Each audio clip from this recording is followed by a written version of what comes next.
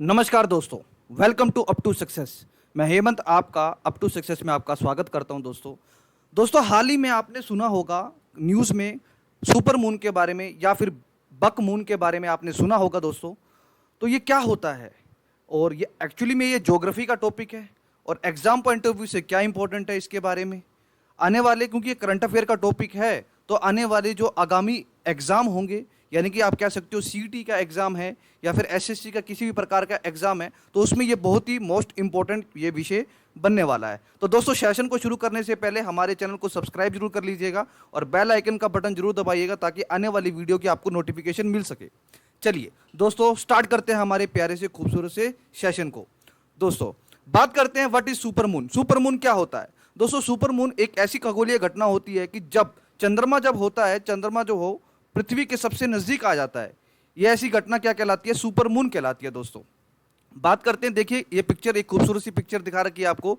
ये मून है और ये पृथ्वी के सबसे नजदीक वाली जो स्थिति है ये दिखा रखी है।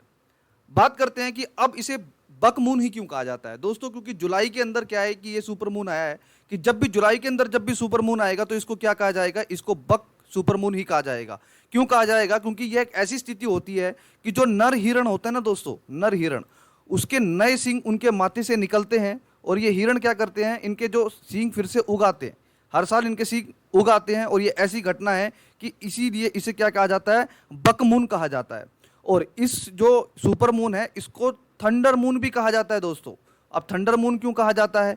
क्योंकि इस शुरुआती जो गर्मियां होती है ना, जब आपको पता है कि भारत के अंदर जो है जून और जुलाई के अंदर जो भयंकर गर्मी पड़ती है उत्तर भारत के अंदर, और इसमें क्या है, गरज के साथ जो है बारिश होती है, इसीलिए इसे थंडर मून भी कहा जाता है दोस्तों। चलिए बात करते हैं, देखिए इस प्रकार से सुपर मून आप विषय जो है अपनी घर की छत पे बैठ के आप इसका आनंद ले सकते हैं कि कैसे जो है ये सुपर मून आपको दिखाई देगा। इस प्रकार से एक बड़ा सा जो आम दिनों के मुकाबले में ये चंद्रमा जो है थोड़ा सा बड़ा दिखाई देगा। बात करते हैं कि सुपर मून जो वर्ड है ये कहाँ से आया। ये वर्ड दिया गया था 1979 में। ये वर्ड दिया गया था किसके द्वारा? एक एस्ट्रोलॉजर था जिसका नाम था रिचर्ड नॉल। ये एक एस्ट्रोलॉजर थे जिन्होंने सुपर मून की घटना के बारे में सबसे पहले बताया था और ये वर्ड इन्होंने सजेस्ट किया था। बात करते हैं कि सुपर मून से फिर क्या इफेक्ट पड़ेगा, धरती पे क्या इफेक्ट पड़ेगा दोस्तों? धरती पे ये इफेक्ट पड़ेगा, जो ओशन की टाइड्स होती है ना दोस्तों, टाइड्स जो लहरें होती हैं है ना, वो इंक्रीज हो जाएंगी। उनके बीच में जो पुल होगा ना, ऊपर उठ के नीचे गिरने वाली जो घटनाएं हैं वो थोड़ी इंक्रीज हो जाएंगी।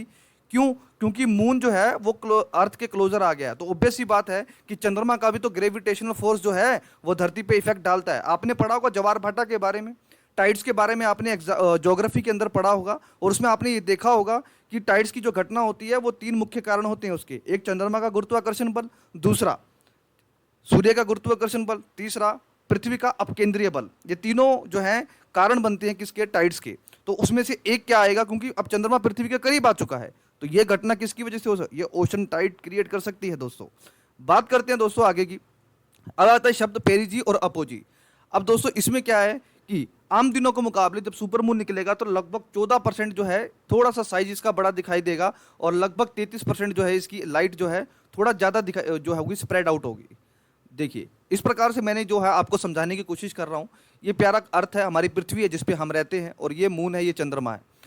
जब पृथ्वी और चंद्रमा के बीच की डिस्टेंस 4.05 लाख किलोमीटर होती है, ये मैक्सिमम डिस्टेंस है दोस्तों। और इसको क्या कहा जाता है? अपोजी कहा जाता है। हिंदी में इसको क्या कहते हैं दोस्त? अपसोर कहते हैं।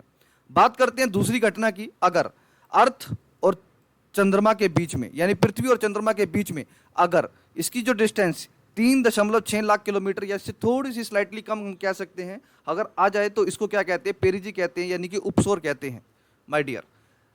बात करते हैं कि अब ये कब दिखाई देगा। आज ये दिखाई देगा दोस्तों 13 जुलाई से ये शुरू हो जाएगा, क्योंकि इस दिन क्या है? पूर्णिमा है। इस दिन क्या है दोस्तों? पूर्णिमा है। ये 13 जुलाई से ये स्टार्ट हो जाएगा और ये कब तक दिखाई देगा? शुक्रवार तक दिखाई देगा। दिन में आपको पता है चांद दिखाई नहीं देता और इस वजह से ये दिन में ये घटना दिखाई नहीं देगी, ये रात को ही दिखाई देगी। भारतीय समय अनुसार जो 13 जुलाई की जो रात होगी ये 12:08 पे स्टार्ट हो जाएगा और लगातार 3 दिनों तक ये दिखाई देगा और शुक्रवार की सुबह तक ये सुपर मून आप देख सकते हैं। ठीक है दोस्तों, अब बात करते हैं कि अगला सुपर मून कब आएगा। ये नासा की रिपोर्ट थी, जो पिछली रिपोर्ट मैंने दिखाई, ये नासा की जो आधिकारिक वेबसाइट है वहां से ये डाटा लिया गया है। बात करते हैं कि अगला सुपर मून जो है वो कब दिखाई देगा दोस्तों। अगला सुपर मून दिखाई देगा 18 सितंबर 2024 को अगला सुपर मून दिखाई देगा। ठीक है माय डियर। तो दोस्तों अब हम बात करते हैं यहां पर एग्जाम पॉइंट ऑफ व्यू से कि क्या क्वेश्चन बन सकता है। क्वेश्चन ये बनेगा कि बक मून जो है 2022 में कब दिखाई दिया था। आपको सर 13 जुलाई आंसर आएगा इसका। बात पूछ लेगा कि बकमून को बकमून क्यों कहते हैं, क्योंकि इसमें नए जो नर हिरण होते हैं उसके सींग उगते हैं। सुपरमून क्या होता है, ये भी क्वेश्चन पूछा जा सकता है। सुपरमून दोस्तों क्या होता है कि जब चंद्रमा जो होगा पृथ्वी के सबसे नजदीक आ जाएगा, ये जो खगोलीय घटना है ये क्या कहलाई जाएगी, सुपरमून कहलाई जाएगी। एक क्वेश्चन ये भी पूछा जा सकता है कि अपोजी क्या होता है और पेरिजी क्या होता है। मैंने आपको बताया, ये एक्सप्लेन किया अच्छे से कि अपोजी क्या होता है और पेरिजी क्या होता है।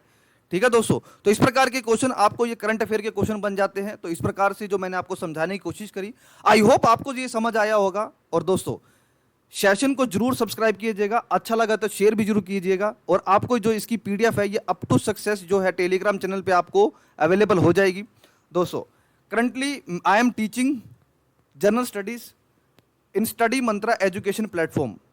ये हमारा प्लेटफॉर्म है और बहुत ही खूबसूरत जो है ये प्लेटफॉर्म है। यहाँ पर हम एसएससी, सीजीएल, सीएचएसएल और हरियाणा के सीईटी और हरियाणा के किसी प्रकार की तैयारी, या फिर आप राजस्थान या उत्तर प्रदेश या पंजाब या फिर all India one day competitive examination, किसी भी प्रकार की एग्जाम की तैयारी के लिए आप स्टडी मंत्रा एजुकेशन ऐप डाउनलोड कर सकते हैं दोस्तों।